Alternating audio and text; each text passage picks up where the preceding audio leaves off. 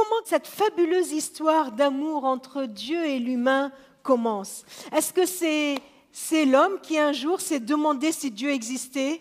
Vous savez, un peu comme quand on se demande s'il y a une vie sur Mars. Voilà. Est-ce qu'il y a un truc là-haut qui existe? Alors on s'est mis à le chercher. Et on a essayé de le débusquer de sa cachette. On a osé peut-être même le déranger dans son Olympe pour lui demander une quelconque aide. Comment l'histoire, la fabuleuse histoire d'amour entre Dieu et l'humain a commencé? La réponse se trouve aussi dans la Bible. La Bible nous donne la réponse. Elle nous dit qu'elle a commencé par une initiative qui vient de Dieu. Au commencement, Dieu crée l'homme et la femme pour qu'ils vivent avec eux. Et même quand Adam et Ève, comme on le voit dans les premiers chapitres de la Genèse, n'ont pas voulu de cela, même quand ils ont refusé de faire confiance au Créateur et de lui obéir, et qu'ils sont allés se cacher, on voit Dieu qui vient se promener dans ce jardin, qui va chercher Adam et Ève qui se cachent parmi les arbres. Et voilà que le Seigneur, il nous est dit que le Seigneur Dieu appela l'homme et lui demanda, « Où es-tu ? Où es-tu » Cet appel, il retentit encore aujourd'hui. Et cet appel, il est pour toi, pour moi, pour toi qui es peut-être derrière ta vidéo. Dieu qui nous dit, « Où es-tu » Nous sommes appelés. Nous sommes appelés, dès les premiers chapitres de la Bible, on le voit, nous sommes appelés parce que Dieu nous lance cet appel. Où es-tu? Et voilà le tout début de notre ADN, de notre nouvelle série ADN. L'ADN, c'est quoi cette histoire d'ADN? L'ADN, c'est, vous connaissez le acide. Oh là là, mais là, il y a des bons là. Hein. L'ADN contient toute l'information génétique. Là, ils se sont dit, elle n'a pas osé le prononcer. Hein. Parce que, hein, vous l'avez remarqué, hein, je n'ai pas pu faire. Donc, je disais, je continue. L'ADN contient toute cette information génétique qui va nous permettre de nous développer, qui va nous permettre de fonctionner et même la reproduction des êtres vivants. C'est l'ADN qui permet tout cela. Alors, on s'est réunis avec Jean-Pierre, Jérémy, c'était en octobre, hein, un truc comme ça, et puis on s'est posé une question. Quel est l'ADN spirituel? Si, on se pose ce genre de questions. Hein. Autrement dit, quel est le socle? Qu'est-ce que dans notre vie spirituelle, dans notre relation à Dieu et dans notre vie d'église, évidemment, en conséquence, qu'est-ce qui est le plus important? Et nous avons pensé à 4 points. Le premier est développé aujourd'hui, 4 points qui nous semblent être essentiels, le fondement de notre relation avec Dieu, ce qui permet à notre relation spirituelle de se développer, de fonctionner. Sans un des points-là, eh bien, ça ne fonctionne pas. Alors, ces 2 brins hein, de l'ADN qui sont liés l'un à l'autre, eh bien, le premier, c'est Dieu qui nous appelle. Nous sommes appelés. Et pourquoi? Pourquoi Dieu il est allé chercher Adam et Ève dans le jardin? Pourquoi il n'a pas dit je vais attendre et on verra bien ce qui va en advenir? Si Dieu l'a fait et si Dieu aujourd'hui aussi lance cet appel « Où es-tu » c'est parce que toi et moi, nous sommes aimés de Dieu. C'est parce que nous sommes aimés de Dieu. Voilà le premier point. Toi et moi, tel que tu es aimé de Dieu. Que tu sois croyant depuis longtemps, que tu sois athée, que tu sois à fond pour lui, ta vie consacrée à lui ou qu'on remplit de doutes, il t'aime et il t'aime aujourd'hui tel que tu es. Ce n'est pas moi qui le dis parce que ça fait bien et que ça fait plaisir. Voilà ce que nous dit la Bible. Voici comment Dieu a manifesté son amour pour nous. Il a envoyé son Fils unique dans le monde afin que nous ayons la vraie vie par lui. Et l'amour consiste en ceci. Ce n'est pas nous qui avons aimé Dieu. Ce n'est pas nous qui avons commencé à le chercher. Ce n'est pas nous qui avons essayé de lui montrer combien on tient à lui et combien on l'aime. C'est lui. C'est lui qui nous a aimés. Il a envoyé son Fils qui s'est offert en sacrifice pour le pardon de nos péchés. Chacun est aimé de Dieu. C'est de là que commence cette histoire entre Dieu et l'humain. Sinon, ce serait qu'illusion. Sinon, ce serait qu'incertitude ou alors une quête complètement hypothétique. Mais Dieu ne nous aime pas n'importe comment. Dieu aime chaque être humain d'une façon inconditionnelle et sans aucune distinction. Il ne fait pas de favoritisme, il ne préfère pas les uns aux autres, il ne préfère pas les grands aux petits ou vous voyez, il ne préfère pas les uns et les autres. Dieu aime chaque être humain sans distinction, pas de favoritisme chez lui. Et il nous aime sans condition. C'est-à-dire que nous n'avons pas plusieurs cases à cocher, nous n'avons pas plusieurs conditions à remplir avant qu'il nous aime. Il nous aime. Est-ce que vous êtes d'accord avec cette phrase? Parce que être d'accord avec cette phrase aura des conséquences. Des conséquences sur notre relation avec Dieu, déjà. Des conséquences que, tout au long de ma relation avec lui, pendant que je fonctionne avec lui, pendant que je me développe ma relation avec lui, je ne vais pas tomber dans le piège un jour de venir quémander cet amour. Que je sais au fond de moi que quoi que je pense, quoi que je fasse, que je sois tout près de lui ou loin de lui, il va continuer à m'aimer. Son amour ne s'arrêtera pas, ne prendra pas de fin. Que je n'ai pas besoin d'essayer de l'acheter, je n'ai pas besoin d'essayer de l'obtenir avec je ne sais quel sacrifice ou pénitence. Je n'ai pas besoin de faire des efforts pour qu'il m'aime. Il m'aime. Je suis aimé de Dieu. Et je crois vraiment que le plus grand miracle, c'est que cet amour que peut-être que je peux accepter avec ma tête puisse descendre jusque dans mon cœur, que je puisse comprendre au fond de moi combien il m'aime. Vous savez pourquoi c'est si difficile de l'accepter ? Surtout qu'il nous aime, le fait qu'il nous aime sans distinction et sans condition. C'est si difficile d'accepter parce que c'est contraire à ce que nous vivons. C'est tellement à l'opposé de ce que nous vivons dans nos relations. Dès le matin, dès qu'on se lève, tout ce qui nous entoure semble nous juger. Tout nous juge. Tout est là pour nous souligner qu'on est trop ou pas assez. Non? Vous allumez la radio, vous allumez la télé, vous écoutez l'un l'autre. On est, je sais pas moi, on est trop cool ou pas assez branché. On est trop maigre.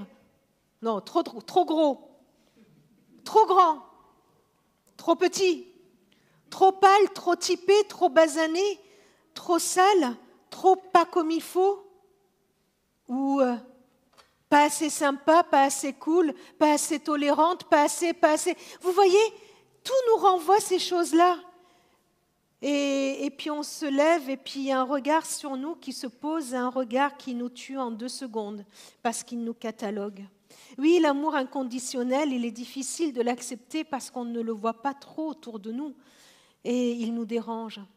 Et Jésus a beaucoup dérangé ses contemporains. Il a dérangé ses contemporains par l'amour qu'il a apporté aux autres et par l'amour qu'il a démontré.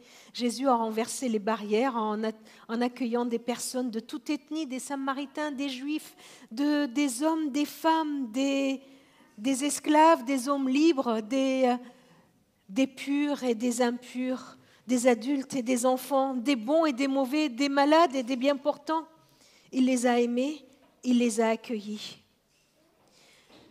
Alors, on pourrait se dire, waouh, Oui, j'aimerais tellement comprendre l'amour de Dieu et nous avons besoin de demander à Dieu de venir nous le démontrer au fond de nous. Nous avons besoin de le recevoir.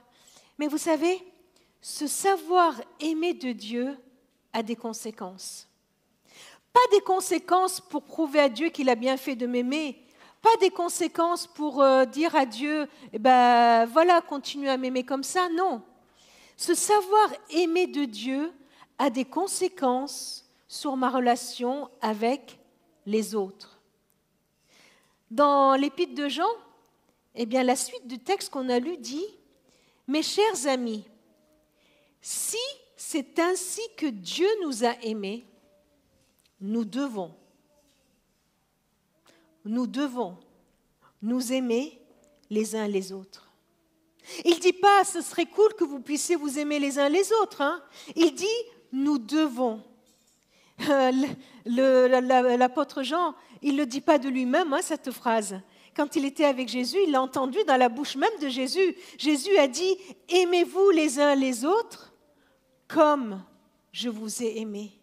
Comme je vous ai aimé.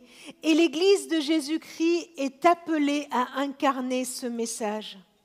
C'est l'ADN de l'Église. Tu es appelé parce que tu es aimé de Dieu. Alors, tu dois aimer les autres à ton tour. Aimer Dieu et aimer son prochain. Voilà le premier commandement que Dieu nous donne. Alors ce matin, je n'aimerais pas trop développer l'amour du prochain parce qu'il revêt tellement d'aspects différents et complémentaires, mais je voudrais parler juste du premier pas qui est juste notre regard. Vous voyez ? Juste le regard que nous posons sur les autres. Ça vous va ? Allez, on va lire un texte pour illustrer cela dans l'Évangile de Luc au chapitre 7. Un pharisien. Les pharisiens, ce sont les personnes qui essayaient de faire de leur mieux pour suivre les commandements de Dieu. Mais vraiment, ils essayaient de le faire. Un pharisien, il invite Jésus à prendre un repas avec lui.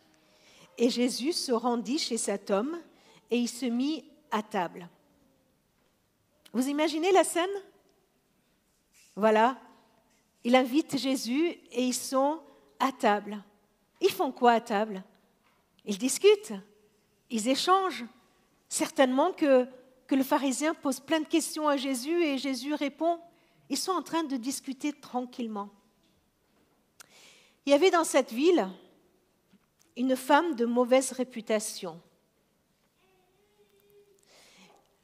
Lorsqu'elle a appris que Jésus était à table chez le pharisien, elle apportant un flacon d'albâtre plein de parfums, elle se tint derrière Jésus à ses pieds.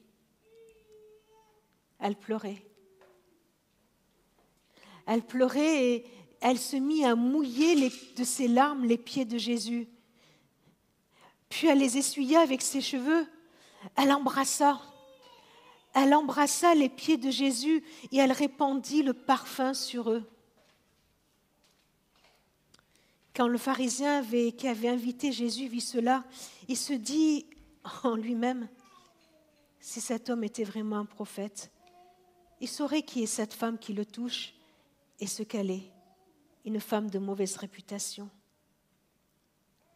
On apprendra qu'il s'appelle Simon. Ben oui, Simon, il est là tranquille en train de discuter à Jésus quand il voit d'un coup cette femme qui surgit de nulle part là.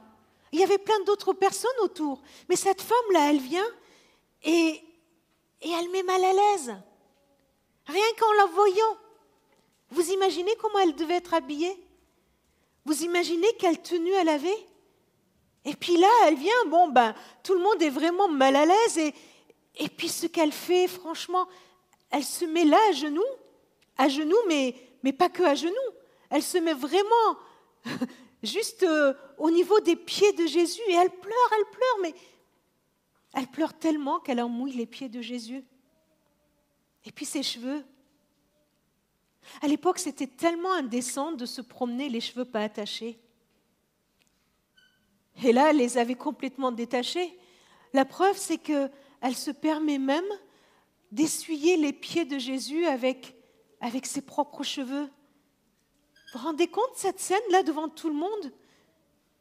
Et puis elle embrasse. Elle pose ses lèvres.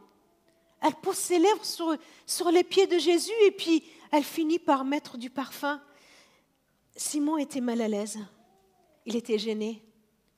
Il était gêné pour Jésus.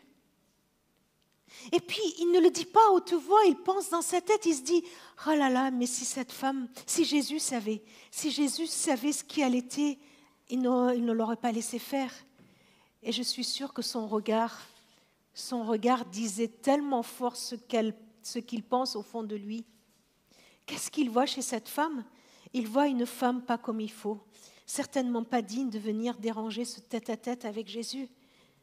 Que lui discute avec Jésus, c'est normal. Mais elle, Simon, il est tombé dans ce piège, dans le piège dans lequel je tombe si souvent, moi. C'est ce que j'étais en train de dire à mes collègues tout à l'heure. Je tombe tellement souvent dans ce piège.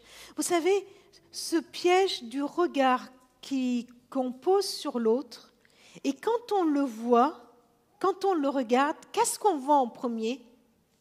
On voit en premier tout ce qui ne va pas et tout ce qui devrait être changé.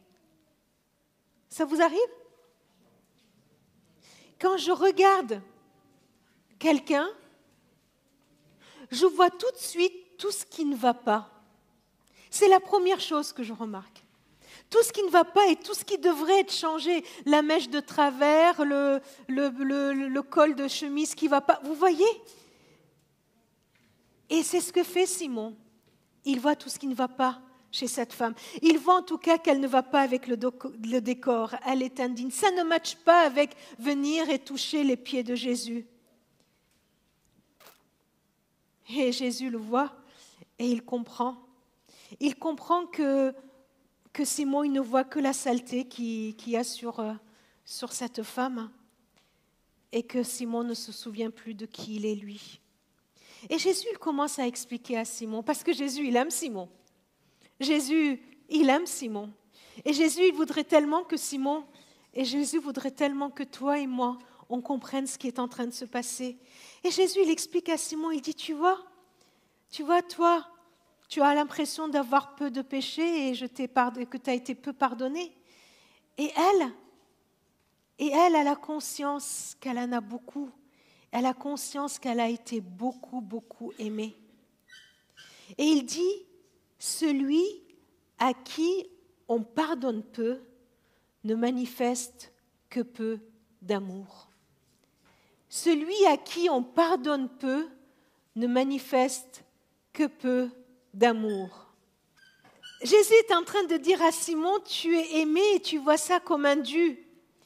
Elle est aimée. Et elle voit ça comme quelque chose d'incroyable, comme quelque chose d'extraordinaire. Vous voyez, la façon dont nous traitons les autres, la façon dont nous regardons les autres, dit quelque chose de ma relation au Christ, de l'amour que j'ai compris de Dieu sur ma vie. Est-ce que tu as compris que tu es aimé? Que tu es aimé d'une façon inconditionnelle, sans distinction? Alors ton ADN, l'ADN de l'Église, et de vivre l'accueil sans jugement. De vivre l'accueil sans juger. Jésus a dit d'une façon très claire, ne jugez pas. Ne jugez pas, et il a rajouté, ne jugez pas afin de ne pas être jugé. Et Jésus, il explique, tu sais, il dit, quand tu commences à juger les autres, c'est comme si tu voulais aller enlever la paille qu'il y a dans l'œil de l'autre, mais toi, tu ne te rends même pas compte que tu as une poutre dans ton œil. Qu'est-ce qu'il est en train de dire, Jésus? Jésus, il est en train de dire de ne pas juger pour deux raisons principales. La première, c'est que le jugement appartient à Dieu. Il n'y a que Dieu qui peut faire cela. Ne juge pas pour ne pas être jugé, parce qu'il n'y a que Dieu qui peut faire ça. Ne jugez pas parce que vous n'êtes pas Dieu. Ne juge pas. Tu n'es pas Dieu. Tu ne peux pas te placer au-dessus des autres parce qu'en jugeant, c'est ce qu'on fait. On se place au-dessus des autres et on prend la place de Dieu. Pour qui tu te prends, toi qui juges ton prochain, dira Jacques. Deuxièmement, ne pas juger parce que celui qui juge, moi qui juge, je ne suis pas exempt de péché. Je suis condamnable aussi. Et si on m'appliquait à moi le même barème que celui que j'applique aux autres, je serais peut-être condamné bien plus que l'autre. Celui qui juge doit eh bien, il n'a pas conscience de sa propre culpabilité. Ne jugez pas. Alors Jésus exhorte à être comme le Père, à user de bienveillance et de bonté envers tous. Nous sommes appelés à devenir nouveaux. Nous sommes appelés à nous rendre compte que Dieu nous aime et à devenir, à être en marche vers ce que Dieu nous demande pour accepter de vivre cette nouveauté de vie. C'est à nous que cela est demandé, d'accepter, d'avancer vers le projet de Dieu, de devenir ce que Dieu voudrait que je sois, nouveau, une nouvelle personne qui accueille. Il y a quelque temps de cela, au moment où on pouvait encore célébrer des mariages, une dame est venue me voir et elle m'a dit « Oh, j'aurais dû insister pour que ma fille vienne avec moi. Pourtant, elle était invitée et elle n'a pas osé venir. » Je lui dis « Ah bon ? Et pourquoi elle n'a pas osé venir ?» Elle m'a dit bah, « Vous savez, hein, les jeunes d'aujourd'hui, elle avait les cheveux un peu colorés et puis elle avait un peu une tenue... voilà. Et puis elle n'a pas osé parce qu'elle s'est dit « Oh, on va me critiquer. » Alors j'ai essayé de discuter avec cette dame, je lui dis mais on allait la laisser rentrer quand même, on n'allait pas la laisser dehors franchement, hein, l'équipe accueil, vous l'auriez laissée rentrer quand même. Elle me dit oui, non mais c'était pas ça la question, elle serait rentrée, il n'y avait pas de souci. Mais vous savez, même si on l'a laissée rentrer et qu'on l'a laissée s'asseoir, elle se disait un petit regard de travers m'aurait tellement mis mal à l'aise. Même un petit regard. Jésus a dit, l'œil est la lampe du corps, l'œil avec lequel je regarde. Si ton œil est bon, ton corps sera illuminé, mais si ton œil est mauvais, tout ton corps sera dans les ténèbres. Pour corriger ma vision, il me faut accepter les lunettes d'amour du Créateur. J'en ai besoin. Pour corriger ma vision, j'ai besoin d'accepter que Dieu vienne avec son collier me mettre quelques gouttes dans mon œil, les gouttes de l'amour. Alors, quand je regarderai les gens, je ne regarderai pas s'ils sont bien habillés ou pas. Je ne penserai pas dans ma tête, ah, t'as vu un tel, il est encore avec quelqu'un d'autre, ouais, une autre femme, ouais, c'est la numéro un tel. On va voir combien de temps ça va durer cette fois-ci. Les autres ne verront pas dans mes yeux tout ce que je vois qui ne va pas et que j'aimerais tellement que ça change. Mais les autres verront dans mes yeux que Dieu les aime tels qu'ils sont, que Dieu les aime tels qu'ils sont, qu'ils soient bien portants ou blessés, purs ou impurs, de bonne morale ou de mauvaise morale. Ils verront dans mes yeux l'amour de Dieu. C'est de cela mon appel, c'est là ça l'ADN de l'Église. Et vous savez pourquoi ? Parce que le Seigneur, lui, m'accepte tel que je suis, avec mes incompétences, mes lenteurs, mes détours, mes colères, mes erreurs. Il m'aime tel que je suis. Alors, je dois accueillir. L'Église de Jésus-Christ doit accueillir tout être humain en lui montrant leur valeur. Parce que notre valeur nous est donnée par le Créateur. Vous savez, le chrétien n'a pas plus de valeur que l'athée, que l'agnostique, que le musulman ou le bouddhiste, aux yeux de Dieu. Que le père de famille qui vient de célébrer ses 60 ans de mariage avec la même femme n'a pas plus de valeur que celui qui a une sexualité complètement détraquée. Que le banquier n'a pas plus de valeur que le smicard ou le SDF, que le divorcé, que la grand-mère qui fête je ne sais quoi. Vous voyez, la valeur de l'être humain ne dépend pas de ce qu'il fait, mais la valeur de l'être humain dépend de ce que Dieu a fait. Et Dieu a estimé que ce n'est pas trop cher payé que de donner son Fils pour nous libérer, pour nous pardonner, pour nous accueillir. Son regard, quand il nous voit, ne s'arrête pas sur la boue qui nous couvre, mais sur la personne qui nous aime, que nous sommes et qu'il aime par-dessus tout. Parce que ce n'est pas la boue qui définit notre valeur, mais ce que lui, il a fait pour nous. La boue, c'est son problème. C'est lui qui convainc de péché, c'est lui qui pardonne, c'est lui qui nous lave. Et quand il nous voit, il nous regarde comme dans cet homme qui est dans ce tableau. Il nous voit avec notre nudité, avec notre besoin d'être blottis dans ses bras d'amour. Au temps de Jésus, les pécheurs étaient tout autour de lui. C'est bizarre ça, non ?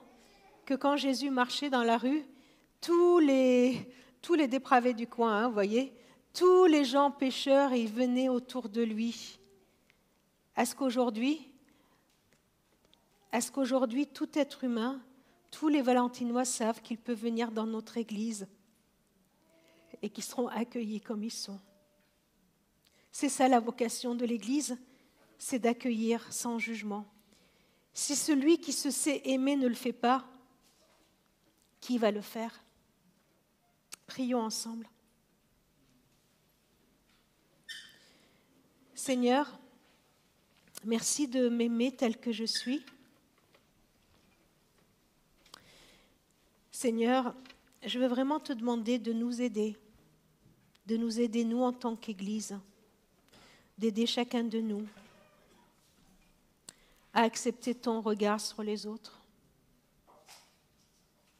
à accepter de nous donner tes lunettes, ton amour. Seigneur, pardon pour toutes les fois où nous avons jugé, pardon pour toutes les fois où on a cassé quelqu'un juste par notre regard. Donne-nous, Seigneur, donne-nous de vivre l'accueil sans jugement, de le faire en ton nom. Amen.